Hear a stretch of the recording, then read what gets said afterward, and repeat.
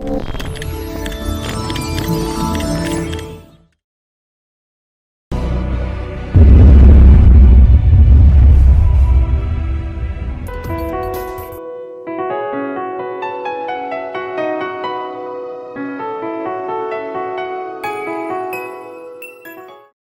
jour-là, devant Jésus. Donc, nous tirons profit de ce caractère de Daniel, qui n'a pas changé ses attitudes parce qu'il se trouve sur une terre étrangère, parce qu'il est influencé, parce qu'il a reçu les faveurs. Non, Daniel, un homme humble. Et toutefois qu'il recevait les éloges, suite aux révélations données, il rendait toujours gloire à Dieu. Qu'au roi, ce n'est pas moi, ce n'est pas un homme, c'est le Dieu du ciel qui peut donner la révélation à ton songe et l'interprétation. Ce n'est pas moi. Il se refusait de pouvoir s'octroyer cette gloire, mais il donnait toujours la gloire à Dieu.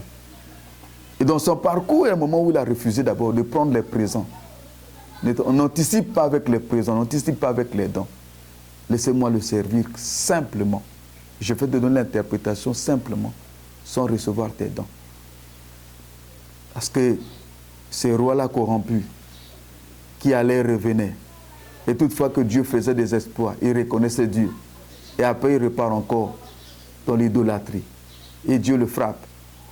Donc, Daniel, c'est le modèle d'un chrétien intègre, d'un chrétien fidèle, d'un chrétien attaché, d'un chrétien constant. Donc, deuxième élément que nous pouvons voir, c'est, oh mon Dieu, c'est l'onction de l'intelligence et de la sagesse. Je dis que pour moi, c'est le modèle même d'une vie équilibrée, une vie chrétienne équilibrée. Dieu a doté ce jeune homme d'une intelligence supérieure. Nous ne pouvons pas réussir sans l'intelligence et sans la sagesse. S'il y a quelque chose à chercher énormément, c'est de demander à Dieu de nous combler de sa connaissance, de son intelligence et de sa sagesse. Parce que Dieu ne fait pas tout rien qu'avec la force, rien qu'avec la prière, mais Dieu aussi fait énormément de choses avec la sagesse et la connaissance. Donc on ne doit pas se tromper en pensant que s'il y a une onction donnée, c'est seulement l'onction pour prêcher, c'est l'onction pour guérir les malades, c'est l'onction pour faire des miracles seulement. Non, l'onction est variée. Il y a aussi une onction de la connaissance, il y a aussi une onction de la sagesse. C'est par la sagesse que les vies sont bâties. C'est par la sagesse qu'on réussit dans la vie. On ne réussit pas dans la vie qu'avec les capacités. La volonté, c'est autre chose. La motivation de faire quelque chose, c'est autre chose. Avoir l'intention, c'est autre chose. Mais avoir la sagesse, c'est encore mieux. Si vous avez la motivation, vous avez la volonté, vous avez le fardeau, vous avez la vision, mais il faudrait que cela soit accompagné par la sagesse. Et ce qui fait que la plupart des hommes charismatiques ont mal fini leur vie parce qu'il leur manquait la sagesse. On peut recevoir la prophétie, on peut avoir le charisme, mais c'est la sagesse qui viendra mettre l'équilibre dans votre marche chrétienne. On peut être un chrétien fervent, mais vous devez être soutenu par des choses chrétiennes, par le caractère et par la sagesse. Parce que par votre charisme, vous pouvez attirer beaucoup de gens. Vous pouvez être aimé, mais par votre caractère, on peut vous vomir. Mais pourtant, le charisme est là, vous pouvez faire des miracles, tout ça. Mais l'équilibre, c'est au niveau du caractère. L'équilibre, c'est au niveau de la sagesse. Quand vous avez le caractère, quand vous avez la sagesse, vous pouvez être sûr d'une vie équilibrée. Donc, Daniel était stable en matière de caractère. Et pourtant, Daniel, c'était comme un génie. Dieu a utilisé Daniel de manière extraordinaire. Quelqu'un qui a fait un songe, qui a oublié le songe, et tu retrouves le songe, tu donnes l'explication. Daniel était comme un homme célèbre. Mais le caractère de Daniel ne s'était pas laissé emporter par les miracles, par la gloire, par les révélations, par les grandes révélations, par les prophéties. Il est resté constant. Il est resté humble.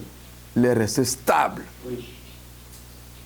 Daniel n'a pas cédé devant une quelconque influence. Voilà, le verset 3 dit que Daniel surpassait les chefs.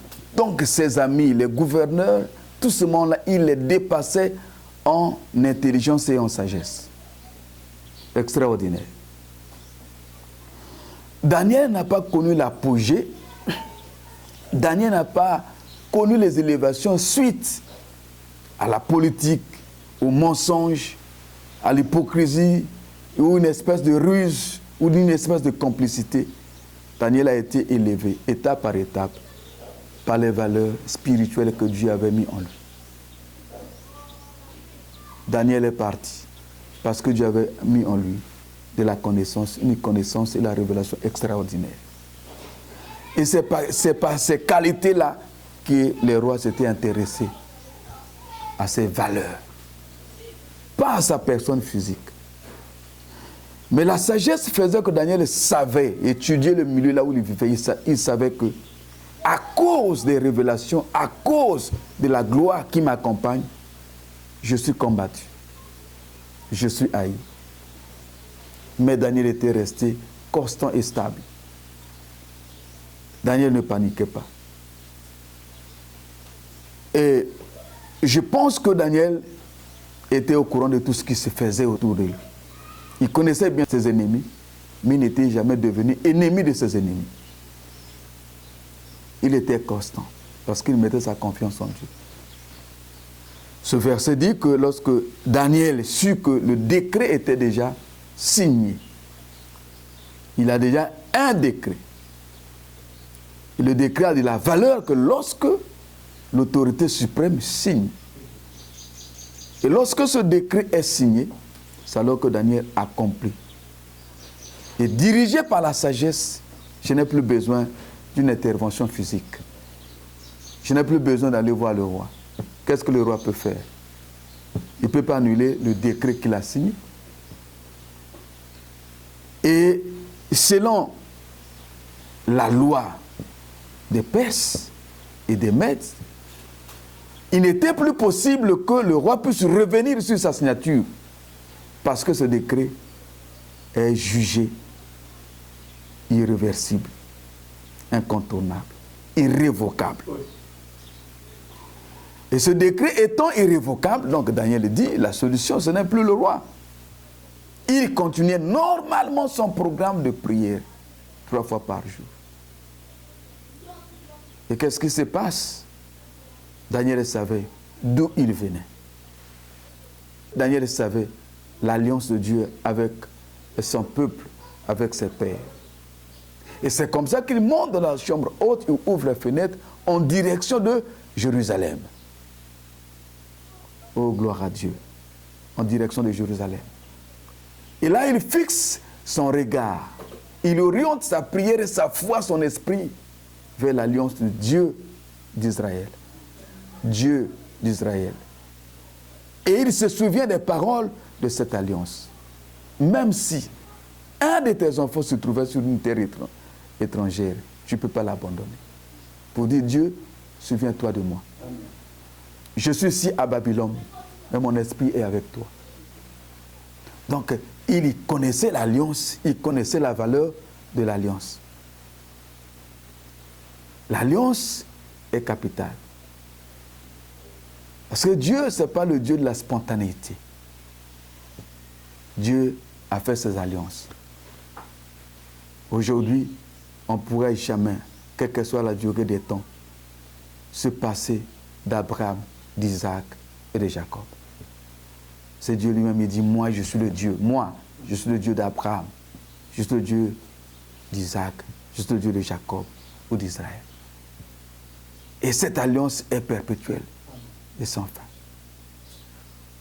Si Élie a fait descendre le feu parce que Élie a touché également l'alliance. Les 12 pierres qu'il a placées, en rapport avec les 12 tribus d'Israël, pour buster les effets de cette alliance, que Dieu agit, parce que tu ne mens pas. Ainsi donc, sous l'onction de notre Père, l'apôtre Bouka, nous sommes en train de parler de ces choses. Parce que l'enfant ne vient pas au monde comme ça. L'enfant vient au monde par la sémence incorruptible. Il y rentre avant même qu'il soit né. Il est programmé dans l'alliance de son Père. Et le Dieu est le Dieu de son Père. S'il y a une naissance biologique par la sémence biologique, mais il y a aussi une naissance spirituelle par la sémence incorruptible spirituelle. Selon la loi de l'engendrement. Nous sommes engendrés plutôt, nous sommes engendrés par la parole et l'esprit. Ce dépôt qui a été déposé dans l'esprit de chacun, ce dépôt reste en lui, et reste en nous. Et ce dépôt agit, ce dépôt nous garde. Donc il a invoqué le Dieu. Donc les effets de cette prière qui touche l'alliance, les effets de cette prière a fait que le secours arrive dans la vie de Daniel, dans la fosse au lion. Ce qui s'est passé dans la fosse au lion, c'est les effets, 1, de la marche de Daniel, 2, la fidélité, l'intégrité de Daniel, et la prière de Daniel touchant l'alliance. Oui. Et ce Dieu-là l'a accompagné dans la fosse au lion. Et c'est comme ça qu'il est sorti vainqueur. Que Dieu vous bénisse.